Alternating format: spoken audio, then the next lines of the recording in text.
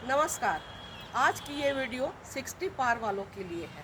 Retirement अब आपकी हो चुकी है। अपने पैसे को अभी आपकी रिटायरमेंट हुई है, सबसे ज़रूरी आप अपने हेल्थ पर ध्यान दीजिए। सबसे ज़रूरी इस उम्र में, ऐसे तो हर उम्र में हेल्थ की ज़रूरत होती है, लेकिन इस उम्र में थोड़े हेल्थ डाउन हो जाते हैं, तो अपने हेल्थ के ऊपर भी आप ध्यान दीजिए। और हेल्थ के ऊपर ध्यान देने के लिए आपको पैसे भी चाहिए होंगे, तो जो आपके पीएफ वाले पैसे हैं उस पैसे को संभाल के रखिए। इस उम्र में बच्चों को, बेटी बेटा किसी को पैसे की ज़रूरत तो पड़ेगी, लेकिन आप उनको अपने पीएफ के पूरे पैसे कभी ना दें। इतनी बड़ी गलती कभी नहीं करें। और आपके जो पेंशन भी आती है, उस पेंशन को भी आप एक तो पूरी बताइए नहीं कि कितनी पेंशन आती है। और बच्चे अगर मांगे भी, अगर उनकी बहुत नीड हो तब कुछ कुछ दे सकते हैं, ज़्यादा नहीं।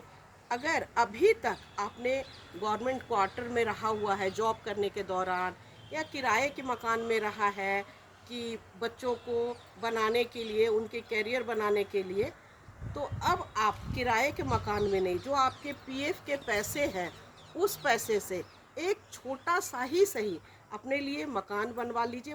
बहुत बड़ा लग्जरियस हाउस की जरूरत नहीं है, एक साधारण सा मकान जिसमें सारी सुख सुविधा हो, वैसा आप कर लीजिए, क्योंकि आप 2 जनों को ही रहना है।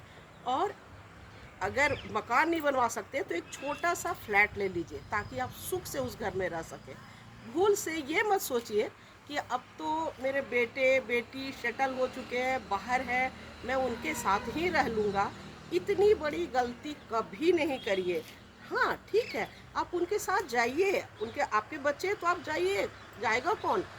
सिर्फ महीना, हार्डली 2 महीना रहिए, उससे ज़्यादा नहीं। एक तो बच्चों की भी आज़ादी छीन जाएगी, वो आपको देख के उनको भी पता नहीं क्या फील हो, और आपकी भी आज़ादी छीन जाएगी। ज़्यादातर तो आपकी ही आज़ादी छीन जाएगी, और बच्चों को भी अच्छा नहीं लगेगा, और इससे प्यार भी कम हो जाएंगे। सबसे अच्छी बात है कि आप अपने लिए रहने का अलग से मकान बनाइए। कभी बच्चों की जब छुट्टियां हों, कभी वो तो आएंगे ही आपके पास, कभी आप बच्चों के पास चले जाइए, आपका दिल भी लगा रहेगा। और अभी तक आप कहीं घूमने नहीं निकले हैं बच्चों के कैरियर बनाने के चक्कर में, बहुत लोग ऐसे होते हैं, बहुत लोग को नसीब नहीं होती है कि जवानी में भी बहुत घूम ले, क्योंकि बच्चों के चलते वो घूम नहीं सकते। हमारे देश में तो अभी तक ऐसा ही है।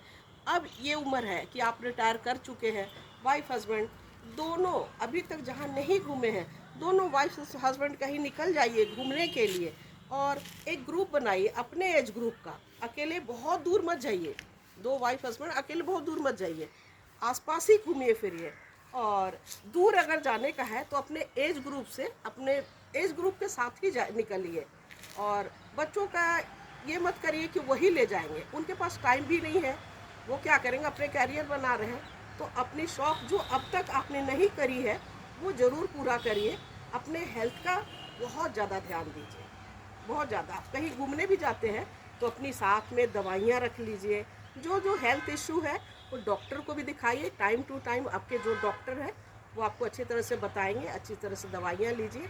आपको हेल्दी फूड की अब ज़्यादा ज़रूरत है, जवानी से ज़्यादा ज़रूरत अब आपको हेल्दी फूड की है। तो आप बढ़िया अपने खाने पीने का भी इंतज़ाम करिए, और एक छोटी सी गाड़ी खरीद लीजिए। छोटी सी गाड़ी खरीदने से, और नई गाड़ी खरीदिए, पुरानी गाड़ी नहीं, और लग्जरियस नहीं होनी चाहिए, गाड़ी साधारण सी रखिए। पैसे को ज़रूर बचाइए। एक तो पहले आपने छोटा सा मकान बना लिया या फ्लैट ले लिया, अब एक नीड आपको एक छोटी सी गाड़ी की, बस छोटी सी गाड़ी ले लीजिए और इधर उधर घूमिए। बस अपना केयर करिए। आपको अगर वीडियो अच्छी लगी है, कमेंट करके ज़रूर बताइएगा। नमस्कार।